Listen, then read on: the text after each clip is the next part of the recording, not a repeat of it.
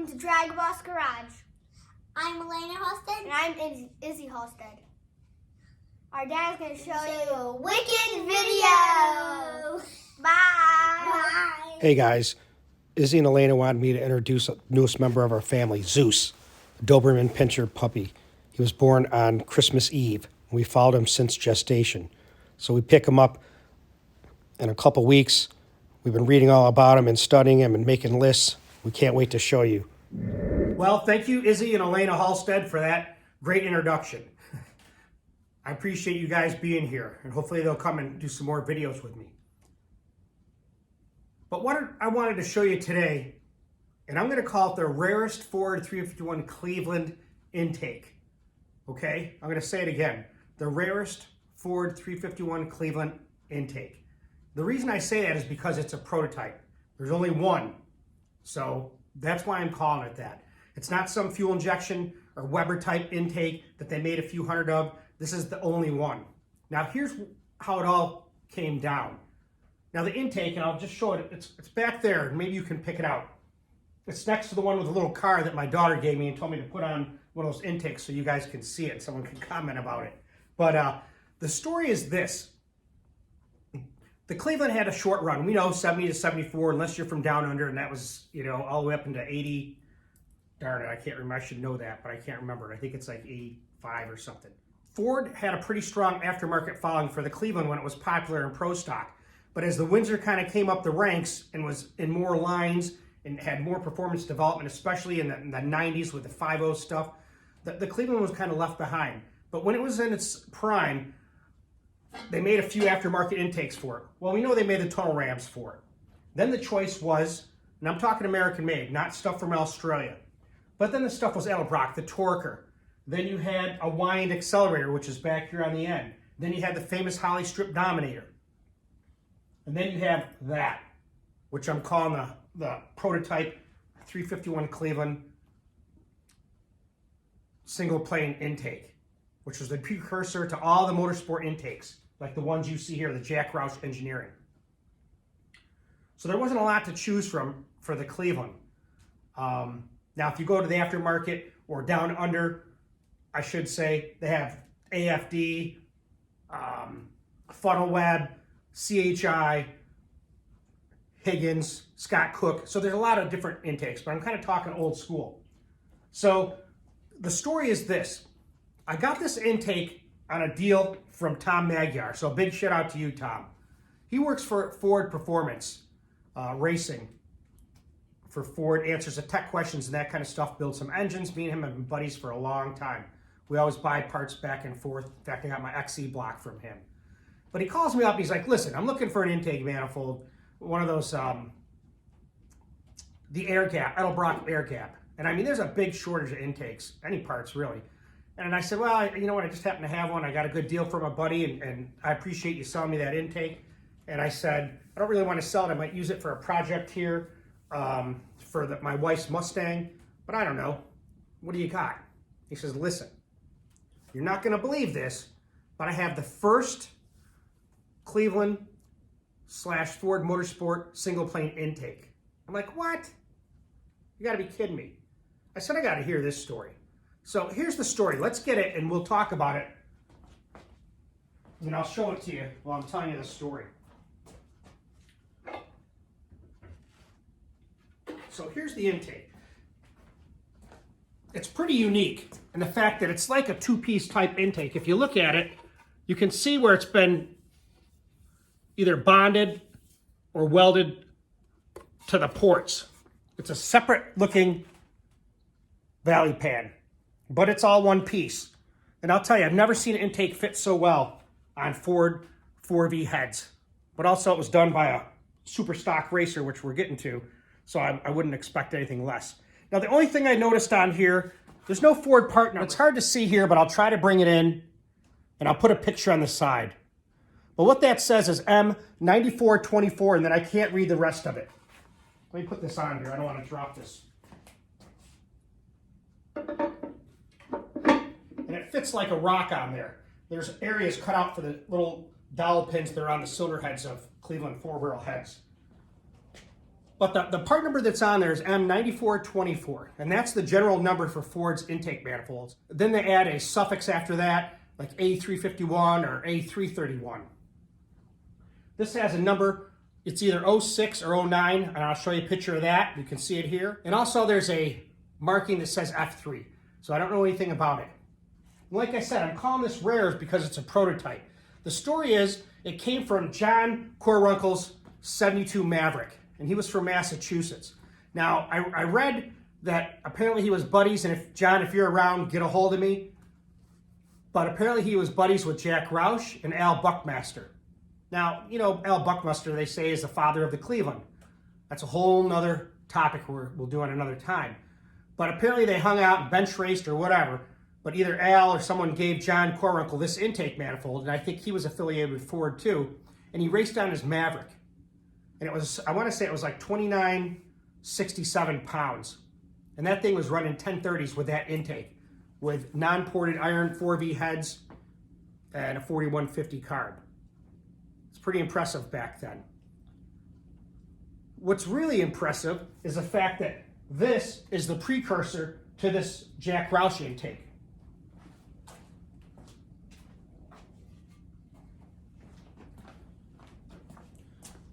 Now this is the A331, and it's going to be written right in there. I don't know if you can see it. But the A331 and the A351 are the same intake, other than the A331 is cut out for a Cleveland, not a Windsor going the other way. And it's also milled down for a 9.2 deck height compared to that being a 9.5 deck height. And I got this from my buddy Fred. This is the A351. So it's set up for a Windsor with Cleveland head. Here's the kicker. Like I said, this intake fits perfect, and I'll show you some pictures. You'll see it on the side that shows how well it fits, especially at the roof. I mean, there's hardly any ledge, but the 4V heads are bigger, so there is a little bit of a step difference. But the intake is smaller than the heads, so I think that velocity increases. When you'll see these pictures, you can see how well it fits. The problem with the Ford Motorsport intake, which, like I said, this was the precursor to that, is that they're made for filled intake ports, because the ports are raised on the A3 heads like a filled port, and that's what those intakes were designed for, raised intake ports. So they don't fit well on an iron 4V unless you fill the ports. With that said, this thing fits so well. What do you think I'm going to do? Yeah, I got to test it. I was thinking about taking my wife's Pro Stock engine that we were going to build into a Pro Stock engine, and the block that's over here that this intake is on, here, is going to be my Pro Stock basis. Now that we have the DragBoss Mustang, I'm going to put this 354 Cleveland in that, so 616 horsepower in that with a stick, and we're going to make a hot street car with it. I wasn't going to dyno this, but now that I have that intake, it'd be nice to dyno this. Originally, it made that horsepower with a strip dominator intake with a spacer adapter here and a dominator. Such a mismatch on a spread board with a Holley strip dominator. So I was going to mess with that and try to put that configuration on, and maybe I'll just dyno test it without messing with grinding the plate out and see what it does, and then put that prototype intake on here and dyno it and see if it makes a difference, you know, with a 4150 carb versus dominator.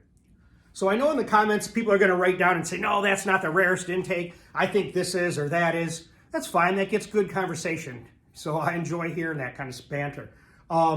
Let me tell you a couple other things that have happened to me. So when Tom traded me that intake for the Elbrock air gap, he also sent me this. Cool looking Boss 302 jacket from Ford Motorsport. I think it's a large size. Extra large. So either way, he said, you know what you should do is give this away on your channel. So I'm going to give this jacket away. I did a video probably within the last 2 to 3 months with a big blooper in it. And I was going to take it out. My kid said, no, leave that in there. And I said, okay, I'll leave it in there. So if you find that blooper and identify, it's pretty easy to describe it. Put it in the comments here, and hopefully the first one I see or bring it to my attention, and I'll send this jacket to you. Now, another thing that he did when we made this deal for this intake is he hooked me up with this. How to Build a Pro Stock Pinto. Now this book is like from 72 or 73. And it was made by Ford in conjunction with Bruce Sizemore. There's a picture of Bruce. It was running the Cleveland-headed six-cylinder. Now I think, according to Sherman Sly, it was aluminum head that he had done. Whereas Sherman Sly, and if you watch that live chat, it's actually just like a podcast. You got to watch it and listen to him talk and tell his story. He actually made one back in 69 and 70 with cast iron, where he took three-cylinder heads, cut them into sections, put them on a six-cylinder block, a Ford 300 block, welded them at temp of 1,500 degrees, he told me, for like 12 hours. So it's amazing. We're going to get him back on here. But this book here, Tom sent to me. It's a ton of Cleveland information on how to make a Pro Stock Cleveland, the Pinto, the suspension, and also the engine. Now, after Bruce Sizemore saw that video, he messaged me. He said, you know what, thank you for making that video. So, you're welcome, Bruce. And he said, listen, I got an offer that you're not going to be able to refuse. I said, really? I said, what's that? And he goes, I have the publishing rights to the Pro Stock Pinto book. It's at the publisher now, and I would like you to write the foreword for the book, and I'd like to publish it. I'm like, wow, okay. That's I don't know what to say. It took the words right out of my mouth. And he said, and any profits that we make from this sale of this, put it back in a DBG, DragBoss Garage, for your engine builds and building the Mustang. And I said, wow, Bruce, thank you for that. So I appreciate that, Bruce. I message you. Check your messages on Facebook. Get back to me. Just a lot of stuff is happening. And sometimes it's hard to keep up. And I think some of it's my own doing. Sometimes I just, like Andy from Unity Motorsports said, I just get tired of making videos. So sometimes I take a break. And I haven't made a video in a while, and I got a bunch already set up. I just got to edit. And I'll tell you, a couple weeks ago, I was buffing the Mustang. If you watched, I had made a video of that. And I'll show you a picture. But here's the 40 Ford Coupe, and there's a light on top of the roof. Look at that. I was taking the buffer, and I was bending down and putting it on a little shelf near the floor on this little table. So I was already bent down, and the light fell off, and that weighs about 10 pounds and fell about, that's probably close to 8 feet, hit me in the back of the head. Wham! I was like, wow. Saw stars for a minute, but I didn't lose consciousness. I had a small scalp hematoma, you know, a little discomfort for about 20 minutes, but no big deal. You comb your hair for a couple days, it bother you. About 4 days later, though, I started noticing a line in my vision diagonally from like 8 to 1 o'clock, like looking through a veil. Yeah, I thought I had a retinal injury. I was kind of freaked out about it, but I called optometrist and got an appointment, and they said it was posterior vitreous detachment. It can happen with age, or it can happen from a trauma. Either way, it's that I saw her yesterday, and that's kind of permanent. Hopefully my eye and brain get accustomed to it, and it doesn't bother me that much. You notice it when you're looking into lights. So make sure you got something you're working around, secure it. You know, I remember my wife came out that day, and she said to me later that she saw that, and it looked kind of precarious, but she never said anything. So Andrea, tell me next time. And just with everything going on, you know, I kind of work at DragBoss speed and DragBoss time. I've said that before. And that brings up another topic, the no-name nationals. So I got to give a big shout out to John Wilbur and Dallas Brown for doing that. That's a great job that you're doing. And I'm impressed with all the new channels that it's produced. All these guys want to go to the Sikeston, Missouri for the No Name Nationals. You have to have 500 subscribers to be able to go. And they asked me if I wanted to go, and I'm impressed, and thank you for offering that to me. But I'm kind of like, I don't know, I don't plan things out like that. You know, my car's still in Columbus. I got to get the headers finished. My buddy does it, doing the chassis. The tranny's back there. I want to just pull that apart. I'll make a video of that, just kind of look things over and put it back together. So I have plenty of engines here all ready to go, already dynoed, the way it sits, 769 horsepower. So I got plenty of time. But I don't know. I don't plan on it. I'll send you the money, John and Dallas, because if I don't use it, you guys put it towards prize money or something. But I'm just going to wait and see what happens. Everybody's doing call-outs and all that stuff. I guess I'm too old for all that. If I get there, you know, it's a miracle. But I plan on racing on April 16th at Norwalk, spring warm-up.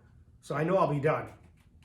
But I appreciate you guys staying here and tuning into my channel. The guys that are doing all the no-name national stuff, congratulations. You guys got great channels and good content. I try to watch everything, make some comments, and I enjoy the live chats everybody having. Big shout out to Uncle Tony's Garage.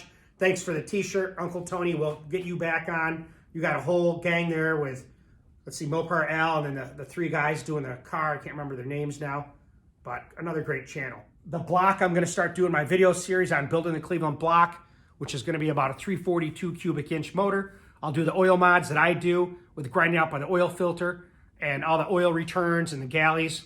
And it's going to be a whole separate build section. So we got a lot going on at DragBoss Garage. Stay tuned.